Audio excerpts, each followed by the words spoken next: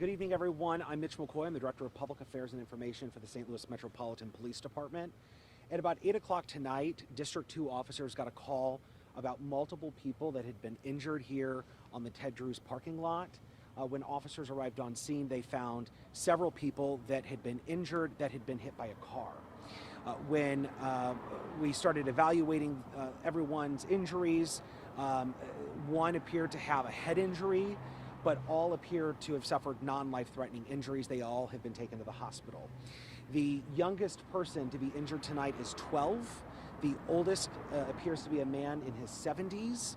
A very preliminary investigation revealed that a car was traveling westbound on Chippewa when it pulled into the Ted Drewes parking lot, hitting the people that were here tonight. As soon as the call went out and our officers arrived on scene, they started evaluating people, but also quickly realized that the driver had fled and took off. That initiated an all-points bulletin across the city, alerting officers across our area to what had happened and to a vehicle that was wanted in connection to this crime. We also started utilizing the Real-Time Crime Center to look at cameras for a possible direction of travel. While we were in the process of figuring out a specific license plate and the direction of travel, that 19-year-old driver has returned to the scene. Our detectives and officers are talking with that 19-year-old right now to figure out what happened and why he was traveling westbound on Chippewa and then pulled into the Ted Drewes parking lot tonight.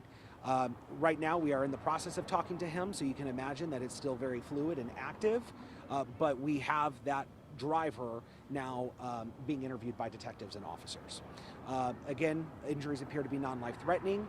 We are so thankful for that. Obviously, this is a joyful time, and families were out here tonight looking for Christmas trees and doing the holiday things that families should be doing. And then this terrible tragedy took place. So we are just in the process of interviewing him. We're going to interview the others that were involved tonight, our victims, and then we're going to be able to articulate what happened and then proceed from there. Any questions? The person with the head injury, are they the critical injury that that is the one critical that fire EMS is deemed as having critical injuries. But still expected to be okay. Expected to be okay. Any damage to Ted Drewes in terms of the building here? Some people say it might have hit the building. I don't have that. I know that when the car came in, there was like a makeshift structure that they had built because it obviously turns into a Christmas tree farm. That sustained damage. I don't know if the car actually hit the building though. And then a final number, I know 12 is the youngest, then we have someone a little bit older. Any range in between of anybody else who got hit? I just know that the ages right now range between 12 and somebody in their 70s, maybe even mid-70s. I don't have the specific ages on the others that were injured tonight. Someone earlier said that there was a missing license plate from the vehicle. Can you confirm that? Was this vehicle like stolen at all? Or? I don't have that information. That'll be part of the process of figuring out what happened. The driver returned to the scene while we were all here. So it's very early. We're in the process of looking into that, but I don't have any information to suggest that that vehicle was stolen. Actually, now that I'm thinking about it, it's not.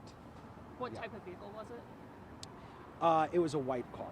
We'll just leave it at that right now, yeah. Any ideas to why he came back? Was it because of the real-time centers, people posting about it, anything of that nature that you know? We'll take a look at that. It's my understanding, after getting some very preliminary information, that he was a 19-year-old. He said that he got scared. Everybody, I guess people started banging on the windows. He didn't know what to do. He went home. He told family what had happened, and then they told him to come back to the scene. Possible charges this person could face? That'll be part of the investigation. And then once we figure out what's going on, the detectives will be able to figure that out while working with the circuit attorney's office. When can we expect more information? I know it is so early on. Well, I feel like you just got a lot of information We now. did. Just give us some time. We'll try and get an update sometime tomorrow, mid-morning. There will be no further updates tonight or for the morning shows. There's been a lot of serious incidents here. Yeah. And Christmas trees are still up. A lot of people are expected to come by with the holidays. What's kind of like message to people visiting? Or I think that this is supposed to be a joyful time of year, and we want our community and visitors to feel safe in our community. I think that when you look at what appears to be this crash and the injuries, but we also have that person in custody, it shows that we hold people accountable.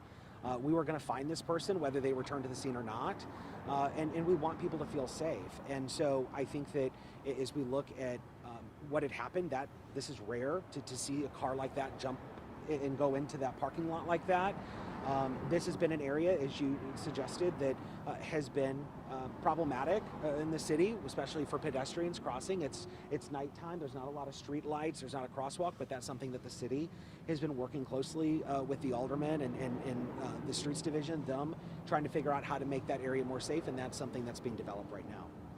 Two more questions for you, Mitch. When it comes to, we heard people say there might have been another person in the car. Is it just the 19-year-old that we're saying right now? I don't have any, that'll be part of the investigation. I don't have anything that right now I just know that the driver, has returned. And then, as Kim said, the head injury is the critical person in the hospital. Any other people that we know of the hospital? I know that at least 4 people have been injured. The fire department just sent me a text saying that there may have been 2 additional. We're still going to have to evaluate and see where those injuries came from, but right now the numbers I have is 4. Yeah. Is this person being taken into custody, or is he just kind of being interviewed right now? He's being interviewed right now. We'll evaluate and figure out what our next step is. He's being interviewed and at least detained for right now. Yeah. Thank you. Okay. Awesome. Thank you. All right. Thanks, Mitch. Thank you. Thank you. Thank you guys. Appreciate it.